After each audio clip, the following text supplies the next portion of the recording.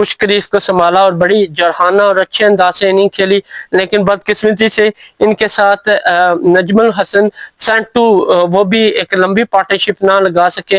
اگر میں ان سینٹو کی بات کروں تو انہوں نے 14 رنز بنائے اور اسلنگا کی بال پہ یہ پویلین گئے۔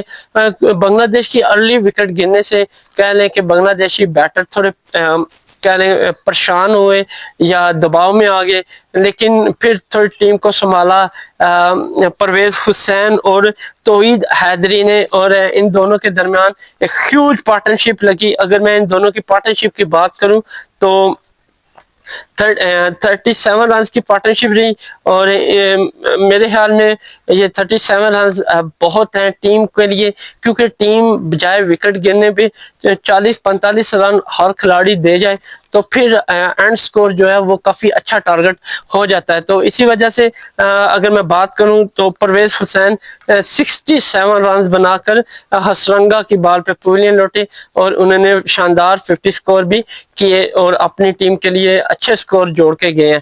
تو 51 رن بنایا اور وہ رن آؤٹ ہوئے ہیں مدشکا کی بال پہ، اور اس کے بعد شمیم حسین اور جاکر علی کے درمیان پارٹنرشپ کا آغاز ہوا، لیکن ان دونوں نے بھی 20+ سکور ہی کیے اور دونوں ہی پویلین لوٹ کے کوئی بڑا رنز کرنے میں کامیاب نہ ہو سکے۔ اگر میں شمیم کی بات کروں تو 22 رنز بنائے اور یہ چمیرا کی بال پہ پویلین لوٹے، اس کے بعد جاکر علی 24 رنز بنا کر اشیتا فرنینڈو کی بال پہ پویلین گئے۔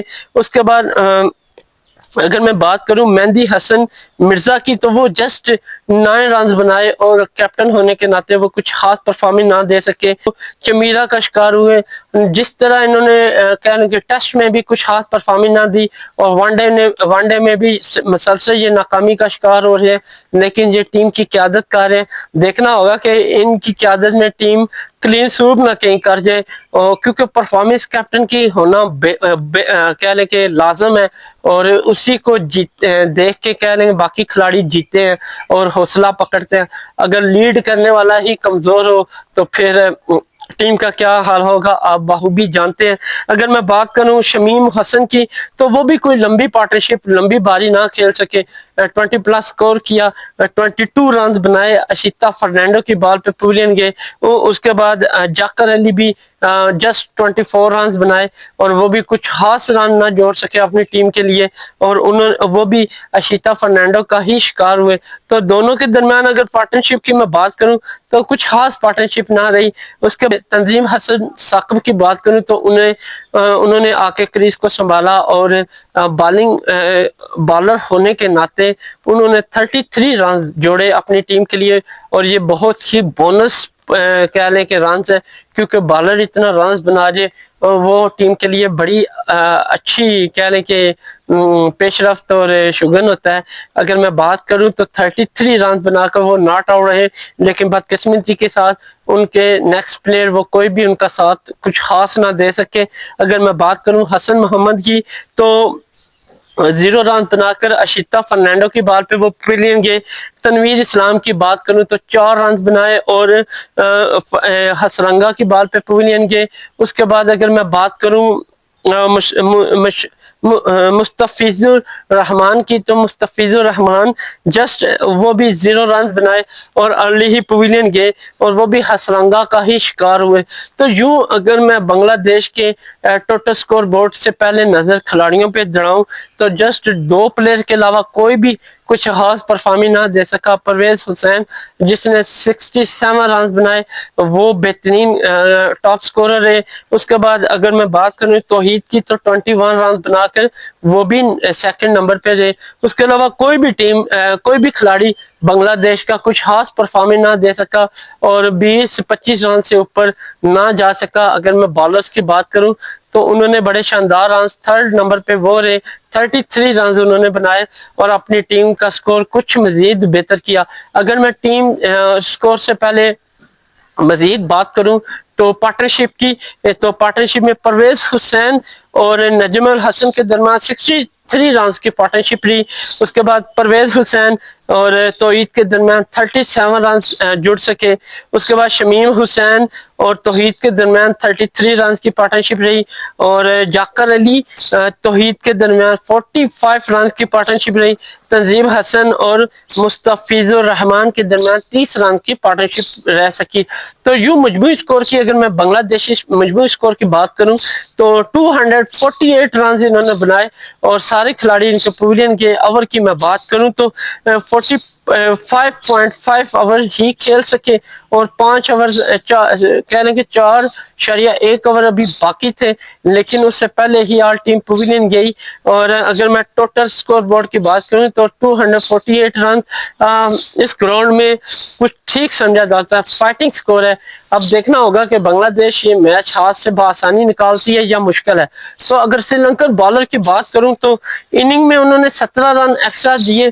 اس کے بعد اشیتا فرنینڈو نے 4 وکٹ لی, ہسرنگا نے 3 کھلاڑیوں کو آؤٹ کیا, اور اس کے بعد چمیرا نے 1 اور ارسلنگا نے بھی 1 کھلاڑی کو پویلین بھیجا. تو یوں سری لنکا کے لیے ٹارگٹ 248 رنز ہے, اور 50 اوور انہوں نے کھیلنے ہیں, 10 کھلاڑی ان کے پاس ہیں. تو انہوں نے سیکنڈ اننگ کا آغاز کیا. پاتھم نسنگا اور نشان مشکا کے درمیان پارٹنرشپ نہ رہی, اور یہ دونوں ارلی ہی پویلین لوٹ کے, اگر میں شکا کی بات کروں تو 17 رنز انہوں نے بنائے ہیں. تنویر اسلام کا یہ شکار ہوئے.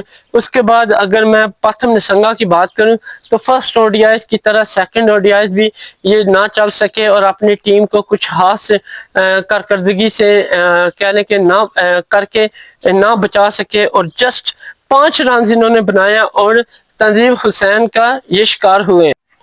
اس کے بعد سری لنکا کے ارلی 2 کھلاڑی جانے کا مقصد یہی ہے, کہہ لیں کہ نظر آ رہا تھا کہ یہ کچھ کافی پریشرائز نظر آ رہے تھے بنگلہ دیشی بالرز کے, اور مجھے ایسا لگ رہا تھا کہ بنگلہ دیشی سیکنڈ او ڈی آئی میں کچھ تیاری کر کے آئے ہیں, فرسٹ او ڈی آئی سے کچھ سبق سیکھ کے سیکنڈ میں یہ اپنا جوہر دکھانے کے لیے بڑے پرعزم ہیں. اگر میں بات کروں کسال مینڈس اور کمنڈو مینڈس تو دونوں ہی بڑی بہترین اننگ کھیلی انہوں نے, اور دونوں کے درمیان پارٹنرشپ کا آغاز رہا.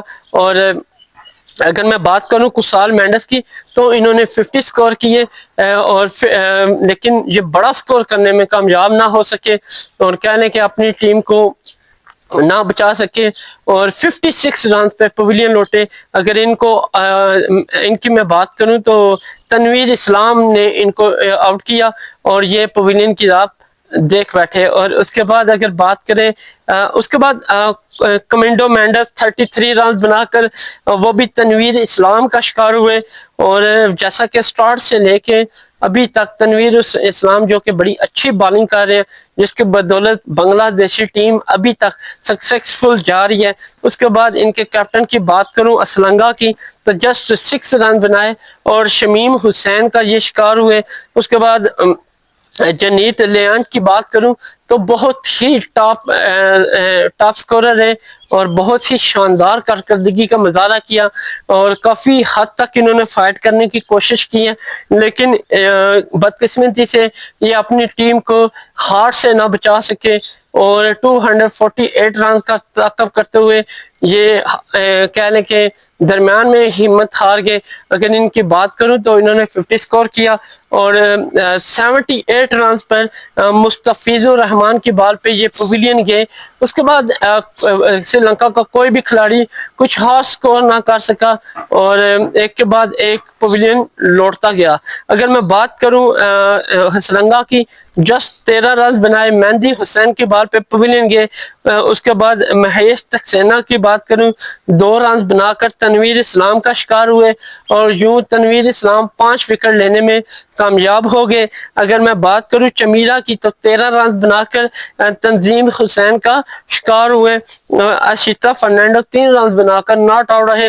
تو یوں سری لنکن کے ٹاپ سکورر کی میں بات کروں تو جنیت لیان 78 رنز پر نمایاں رہے. اس کے بعد کسال مینڈس 56 رن بنا سکے, اور باقی کوئی بھی پلیئر ان کا کچھ خاص اور اچھی پوزیشن پہ نہ کھیل سکا اور جو شکست سیکنڈ او ڈی آئیز ان کے مقدر میں لکھی گئی. اگر سری لنکا کا ٹوٹل سکور بورڈ میں بات کروں تو 232 رنز ہی بنا سکے اور سارے کھلاڑی ان کے پویلین لوٹے. اگر اوور کی بات کروں 48.5 اوور انہوں نے کھیلے ہیں.